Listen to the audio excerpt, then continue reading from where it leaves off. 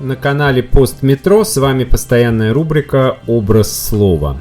Сегодня речь пойдет о слове, напрямую связанном с общественным транспортом, которое почти одинаково звучит и пишется во многих языках. В немецком это «бус», в английском «бас», а в русском оно является частью таких слов, как автобус и троллейбус. И самое интересное, что тут нельзя сказать, что у всех этих слов общий корень, потому что бас или бус – это вообще не корень, а окончание дательного падежа множественного числа в латыни.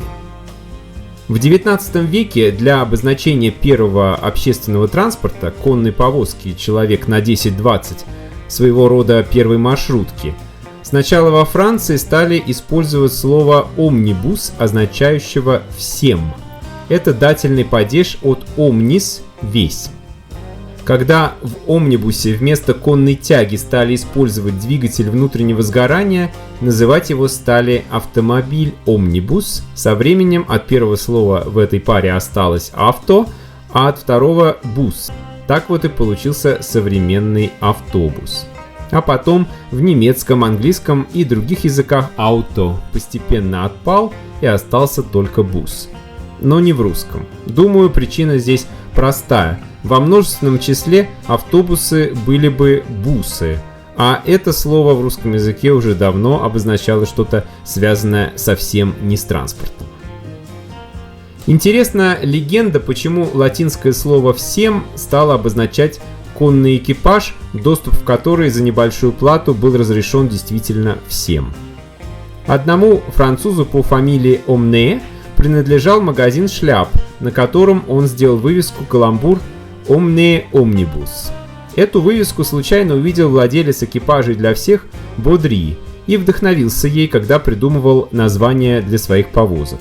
Произошло это в городе Нант в 1825 году. По другой версии, другой француз Жак Лафит ввел омнибус в употребление как слово и в движение как транспортное средство примерно с 1819 или 1820 года.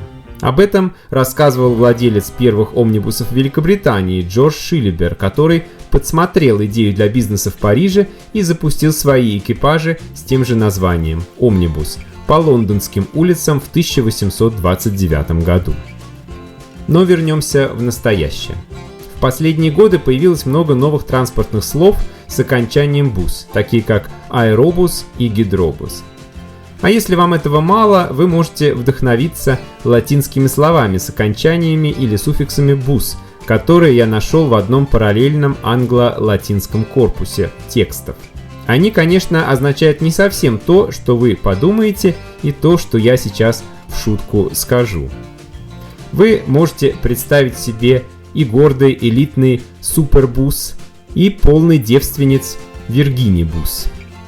В вирибус все-таки лучше надеть маску и перчатки, а в скорпионибус лучше вообще без защитного костюма не входить.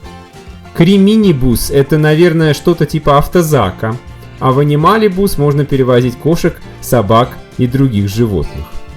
Партибус повезет вас с музыкой. Ну а слова дуобус, гравибус, сателлитибус, авибус, навибус, как знать, могут действительно пригодиться для будущих изобретений, связанных с перемещением в пространстве и времени. Что касается широко употребляемого в последнее время, по крайней мере в русском и немецком, слова «электробус», то здесь мы, можно сказать, ездим на транспортном средстве, которое берет энергию от солнечного сияния. Дело в том, что все слова с префиксом «электро» произошли от греческого слова «электрон», обозначающего янтарь. Ведь именно когда столетия назад люди потерли тряпкой кусочки янтаря, они впервые обнаружили, что такое электрический заряд. Ну а в греческом языке электрон произошел от электор, в переводе «сияющее солнце». Наверное, потому что сияние это будто бы продолжается в золотистых полупрозрачных кусочках янтарной смолы. «Светить всегда, светить везде – вот лозунг мой и солнца», – писал Маяковский. Можно добавить «светить всем». Соль омнибус люкет. До встречи в эфире.